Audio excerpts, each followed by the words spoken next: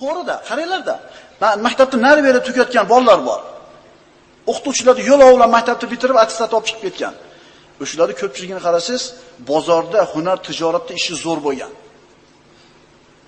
Agar kerak bo'lsa, shu boyaga ancha-muncha a'lochi o'qiganlar uni qo'lida ishlaydigan bo'lib qoldi. Maktabda o'qishga yaramasanglar bo'ldi, odam emaslar, spisat qilmanglar. Siz bilmaysiz, bolangizning qanaqa iqtidori bor, qanaqa qobiliyati bor. Farzand tarbiyasi degan darsimizda bu narsani aytib o'tganmiz. Yigitlar, ustachilikda ish bo'lmadimi? Dehqonchilikka urib ko'ringiz. Bo'lmadimi? Yana bir ishga urib ko'ring. Qo'lingizni tushirmang. Chunki sizdan harakat Allohdan barakot. Muvaffaqiyatga erishdi, shu maktabda 2 kishi bo'lgan bola. Hunarda, tijoratida nima uchun? Qo'lini yerga tushirib olgani yo'q.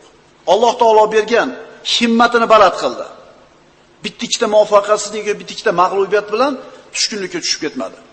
Savdogar akalar, sizlar o'zingizlarni savdo ko'chasida sinab ko'rdinglar. Yaxshi muvaffaqiyatga erishdinglar, qo'llarda 3-4 so'm paydo bo'ldi. Shu bilan cheklanib qolib ketaverasizlarmi? Birorta bir ishlab chiqarishni boshlab olishlik. Qancha erta boshlasa, shuncha ertaroq rivojlanadi. Ha, endi bizda sharoit yo'q.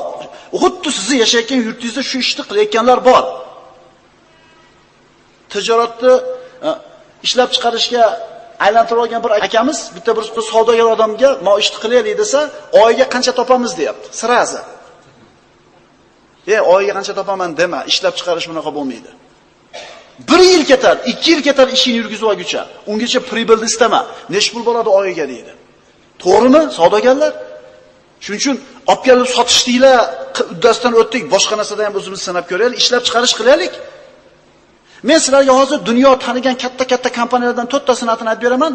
Ishini nimadan boshlagan ekan aytaymi?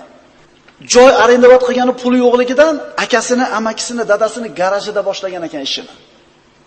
Men shularda tarixini o'qib o'rganib chiqdim, atay shu dars uchun. Birinchisi Apple kompaniyasi uyidagi garajda o'tirib boshlagan ekan ishini. Ko'pchiliklarda qo'lida bor iPhone. Ikkinchisi Microsoft. U ham garajda boshlagan ekan ishini. Keyingisi Google. 4-firma ana shu dunyo tanigan Harley Davidson ekan. Ana shu dunyodagi eng mashhur mototsikllar ishlab chiqaradigan kompaniyalar bormi? Garajdan boshlagan ekan ishini. Ukalar, akalar, sizlar qo'lingizda tushirmanglar, bizga no yo'q demanglar. Katta gulxon kichkina uchqundan boshlanadi. Qo'lingizda tushirmanglar. Adidas firmasi nimadan boshlagan? Bitta kosibxonadan boshlangan. Aka-uka kosiblar bo'lgan. Mercedes zavodi bilasizlarmi nimadan boshlagan? Mercedes konserni dunyodagi eng mana kuchli konsernlardan. Bitta ustaxonadan boshlagan. Ulardan qarang, bular g'ayridinlar bular. Bular namozi yo'q, bularda taqvosi yo'q, ibodat yo'q, faqat himmati bor, harakati bor va sabri bor. Shular yetganda nimaga musulmonlar yetmasligi kerak? Bitta yutkizib qo'ysa bo'ldi, tugadi degani emas. Muvaffaqiyatga intilgan odam mag'lubiyatlarga tayyor turish kerak. Cho'qqiga chiqmoqchi bo'lgan odam qo'li shilinishi, tizzasi shilinishiga tayyor turishligi kerak. Hech narsa bo'lmaydi, hech yetish shilinmaydi qachon? Dadangizni topganni yeb o'tirgan paytingizda. Sen o'g'il bola, otang yetkizgan joyga yetsang, sen hali hech narsa qilganing yo'q.